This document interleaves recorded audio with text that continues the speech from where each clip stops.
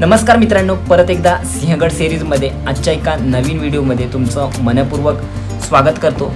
मित्रांनो, सिंहगड सिरीजमध्ये आपण मला वाटतं 3 ते 4 व्हिडिओ अपलोड केले आहेत। तुम्ही जर बघितले नसेल तर नक्कीच बघा। शॉर्ट व्हिडिओ आपण अपलोड करत आहोत जेणेकरून तुम्हाला त्या बघण्यासाठी सुटेबल होतील। तर मित्रांनो, आजच्या ब्लॉगचं खास वैशिष्ट्य असणार आहे ते म्हणजे आपण आजच्या ब्लॉगमध्ये बघणार आहोत ते म्हणजे कोंढाणेश्वर मंदिर, राजाराम महाराजांची समाधी, त्यानंतर कल्याण दरवाजा आणि झुंजार बुरुज या 4 गोष्टी आपण या ब्लॉगच्या माध्यमातून बघणार आहोत। कंप्लीट जो ब्लॉग आहे पूर्ण तो आपण पहिलाच अपलोड केला आहे। तो जर बघितला नसेल तर नक्की जाऊन बघा। मी डिस्क्रिप्शन बॉक्समध्ये त्याची लिंकसुद्धा दिली आहे। परंतु आपण त्यानंतर आपण जे शॉर्ट व्हिडिओ अपलोड करतोय जेणेकरून तुम्हाला बघण्यासाठी ते सविस्तर होतील। मित्रांनो, महाराष्ट्राचे आराध्य दैवत छत्रपती शिवाजी महाराज आणि त्यांचे बालमित्र म्हणजेच नरवीर सुभेदार तानाजी मालुसरे आणि त्यांच्याबरोबर असलेले 300 मावळे, त्याचबरोबर तानाजी मालुसरे यांचे भाऊ सूर्याजी मालुसरे आणि शेलारमामा यांच्या पदस्पर्शाने पावन झालेली भूमी म्हणजेच पुण्यातील सुप्रसिद्ध असलेले स्थळ, पर्यटन स्थळ म्हणता येईल ज्याला, ते म्हणजे किल्ले सिंहगड। मित्रांनो, किल्ले सिंहगडाबद्दल आपण पूर्णपणे सविस्तर माहिती घेतलेली आहे, परंतु या व्हिडिओमध्ये आपण या चार ज्या पाहण्यासारख्या गोष्टी आहेत त्या पूर्णपणे एक्सप्लोर करणार आहोत। आणि आता आपण जस्ट पुणे दरवाजा क्रमांक 1 मधून एंट्री घेतलेली आहे। आता आपण पुढे जाणार आहोत आणि पूर्णपणे सविस्तर या 4 गोष्टींबद्दल माहिती घेणार आहोत। मित्रांनो, तर बघितलं तर पुण्याच्या नैऋत्येला साधारण 25 किलोमीटर अंतरावर असणारा हा किल्ला समुद्र सपाटीपासून सुमारे 4400 फूट उंच आहे। सह्याद्रीच्या पूर्व शाखेवर वसलेल्या भोळेश्वराच्या रांगेवर हा गड आपल्याला पाहायला भेटतो। 2 पायऱ्यासारखा दिसणारा खंदकाचा भाग आणि दूरदर्शनने उभारलेला हा मनोरा यामुळे पुण्यातून कुठूनही हा जर किल्ला बघितला तर तुमचं लक्ष नक्कीच वेधून घेतो। मित्रांनो, हा आपल्याला नकाशा आपल्याला पाहायला भेटतोय जेणेकरून आपण जेवढी काही सिंहगडावर जे पाहण्यासारखी स्थळं आहेत ती पूर्णपणे पाहू शकतो। आणि हा जो आता आपण आलो आहोत तो पुणे दरवाजा क्रमांक 3 मधून आपण आता एंट्री घेणार आहोत आणि सरळ थेट जाणार आहोत ते म्हणजे कोंढाणेश्वर मंदिर पाहण्यासाठी। मित्रांनो, इथे आपण झुंजार बुरुज सुद्धा बघणार आहोत आणि झुंजार बुरुज बघण्याचं खास वैशिष्ट्य असं असणार आहे मित्रांनो, आपल्याला झुंजार बुरुजावरून पुरंदर, राजगड, टोपीसारखा दिसणारा पुरंदर आहे, त्याचबरोबर राजगड आणि तोरणा किल्ला आपल्याला पाहायला भेटणार आहे। मोस्टली राजगडही आपल्याला पाहायला भेटणार आहे, तर नक्की आपण तिथे जाऊया आणि पाहूया।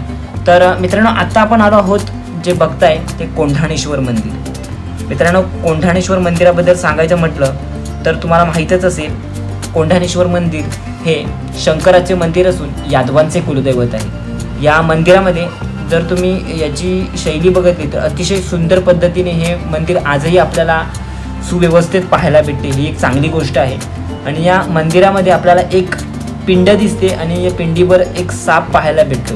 मित्रांनो, हे जे मंदिर आहे यादवकालीन आहे, म्हणजे ज्या पूर्वी या किल्ल्यावर यादवकालीन वस्ती होती त्यामुळे त्यावेळी हे मंदिर बांधलं असावं असा इतिहासकारांचा अंदाज आहे। मित्रांनो, ही एक चांगली गोष्ट आहे कारण आपल्याला हे मंदिर जर बघितलं ना पूर्णपणे सुव्यवस्थित आपल्याला पाहायला भेटेल, याची कुठे पडझड पाडलेली पाहायला भेटत नाही, ही एक चांगली गोष्ट आहे आपल्यासाठी। आणि मित्रांनो, जर बघितलं तर याची जी स्थापत्य शैली आहे ती अतिशय सुंदर आहे। इथे तुम्हाला कॉर्नरला जर या दरवाजाची जी कॉर्नर आहे या दरवाजाच्या कॉर्नर सुंदर अशी कलाकृती पाहायला भेटते। त्याचबरोबर हे जे मंदिर आहे ते पूर्णपणे बंद असते कारण इथे तुम्हाला आतमध्ये जाऊ शकत नाही, बाहेरूनच दर्शन घ्यावं लागेल। त्यानंतर मित्रांनो, आता पुढे आपण जाणार आहोत ते म्हणजे राजाराम महाराजांची समाधी बघण्यासाठी। मित्रांनो, माहीत असेल राजाराम महाराजांचा मृत्यू म्हणजे राजाराम महाराजांची समाधी याच किल्ल्यावर झाली आहे। मित्रांनो, जर बघितलं तर राजस्थानी पद्धतीत रंगीन देवळासारखी जी घुमट दिसते तीच छत्रपती राजाराम महाराजांची समाधी। मोगली फौजेत सतत 11 वर्षे टक्कर देणाऱ्या राजाराम महाराजांचे वयाच्या अवघ्या 30 वर्षी शनिवार दिनांक 3 मार्च इसवी सन पूर्व 1700 या दिवशी सिंहगडावर निधन झाले। मित्रांनो, हे एक खास वैशिष्ट्य आहे या सिंहगडाचं कारण इथेच राजाराम महाराजांची समाधी म्हणजेच इथे यांचा मृत्यू झाला, शेवटचा श्वास त्यांनी इथेच घेतला। आणि हे सुद्धा मंदिर आपल्याला म्हणजे पूर्णपणे आतमध्ये जाऊ शकत नाही, बाहेरून कुलूप आहे जेणेकरून तुम्ही बाहेरूनच दर्शन घेऊ शकता।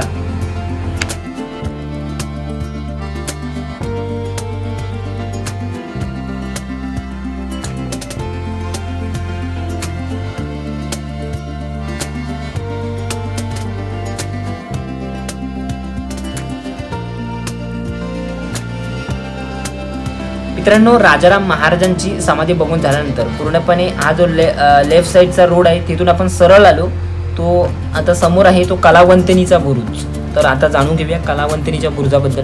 मित्रांनो, कलावंतिनीचा बुरुज या नावावरून आपल्याला समजून येतं की इथे कलावंतिनीचे जे नृत्य आहे ज्यावेळी उदयभान राठोड होता त्यावेळी इथे कलावंतिनीचे नृत्य व्हायचे.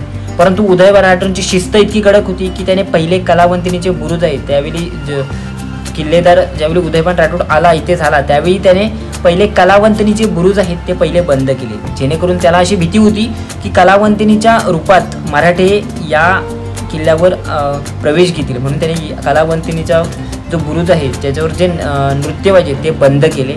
याचं खास वैशिष्ट्य आहे.